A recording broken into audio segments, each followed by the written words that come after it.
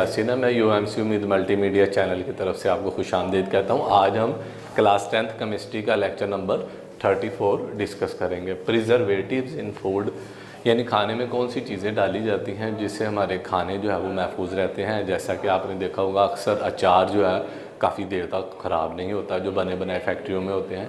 इसी तरह जैम जो है वो भी ख़राब नहीं होते। तो इन चीज़ों के अंदर कुछ केमिकल्स डाले जाते हैं जिससे हमारी खुराक जो है वो महफूज रहती है।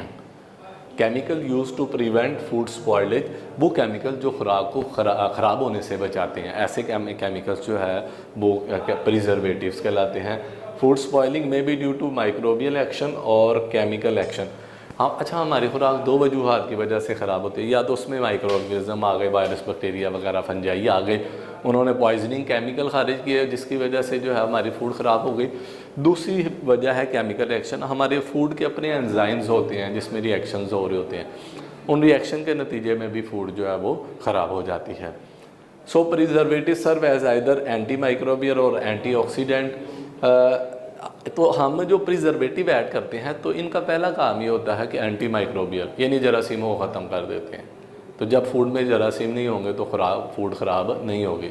दूसरा ये एंटीऑक्सीडेंट होते हैं। एंटीऑक्सीडेंट में ये केमिकल रिएक्शन जो फूड के अंदर एंजाइम्स के होते हैं उन सब रिएक्शंस को भी रोक देते हैं।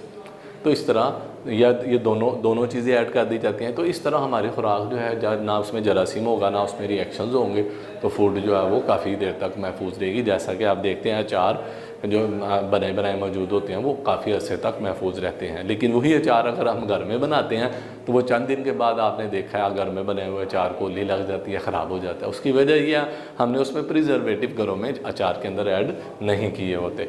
Manufacturers add preservative mostly to prevent spoiling during transportation. अच्छा, अब फूड अब एक जगह से दूसरी जगह ट्रांसफ़र करनी है तो उसमें ज़ाहिर है बाज़ एक दिन लग जाता है, 2 दिन फूड ट्रांसपोर्ट होने में लग जाते हैं। तो फिर क्या होता है, मैन्युफैक्चर क्या करते हैं, उन फूड्स के अंदर केमिकल्स ऐड करते हैं ताकि ट्रांसपोर्ट के दौरान जो है वो हमारी फूड जो है वो ख़राब ना हो। और storage of food for a period, या फूड को महफूज रखना है, ज़्यादा देर तक, महीने तक महफूज रखना है, चंद दिनों तक महफूज रखना है, तो तब भी उसमें जो है प्रिजर्वेटिव मैन्युफैक्चर ऐड करते हैं ताकि वो फूड जो है वो ख़राब ना हो और काफ़ी देर तक महफूज रहती है। Natural food preservative are salts.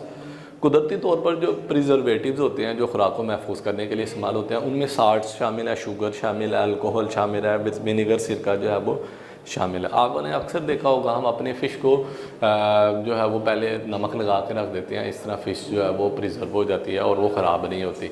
नमक लगाने से उसका पानी निकल जाता है और वो काफ़ी अर्से तक में, तो ये नेचुरल प्रिजर्वेटिव है जिसमें अल्कोहल भी यूज़ करते हैं, विनेगर भी। They efficiently control growth of bacteria in food. ये क्या करते हैं, ये सारे सब्सटेंसेस जो नेचुरली हैं बैक्टीरिया की ग्रोथ कंट्रोल कर देते हैं, बढ़ने नहीं देते, जिसकी वजह से हमारी खुराक महफूज हो जाती है। They are use to preserve meat, fish. ये सारी चीज़ें हैं गोश्त और मछली को महफूज करने के लिए। जैसा कि मछली को हम नमक लगाते हैं, नमक जो है वो उसके बैक्टीरिया को कंट्रोल करता है और इस तरह गोश्त काफ़ी देर तक जो है वो ख़राब नहीं होता। Acid rain. Acid rain is formed by dissolving air parallel light oxides of sulfur and nitrogen oxide by rainwater. Basically हवा में सल्फ़र और ऑक्सीजन मिलते हैं तो बनता है सल्फ़र डाइऑक्साइड, और इसी तरह हवा में नाइट्रोजन और ऑक्सीजन मिलते हैं तो नाइट्रोजन का ऑक्साइड बनता है।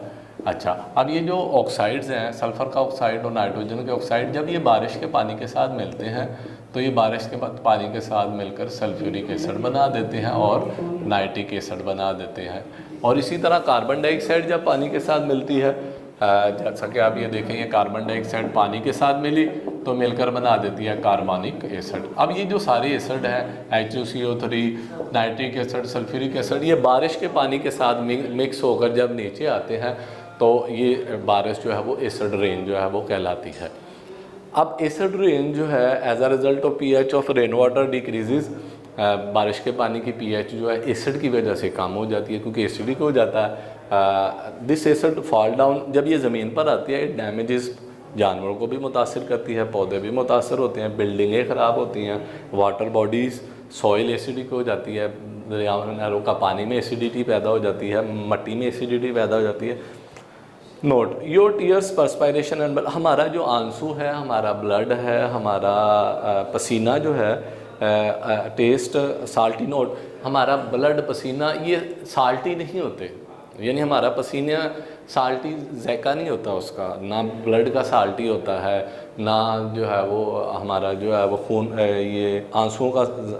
बेसिकली हम डेली खाते हैं सॉल्ट, वो साल्ट हमारे जिसमें टेबल साल्ट है, सोडियम क्लोराइड, वो डेली 3 टाइम हम जब यूज़ करते हैं तो वो साल्ट हमारे ब्लड में मिक्स हो जाता है, पसीने में मिक्स हो जाता है, और वही साल्ट हमारे जो है वो आंसुओं में मिक्स हो जाता है, जिसकी वजह से इनका जायका जो है वो साल्टी महसूस होता है। बेसिकली ये सारी चीज़ें साल्टी नहीं होती, कॉमन साल्ट जो हम डेली यूज़ करते हैं उनकी वजह से इनमें हल्का सा साल्ट का फ्लेवर आ जाता है।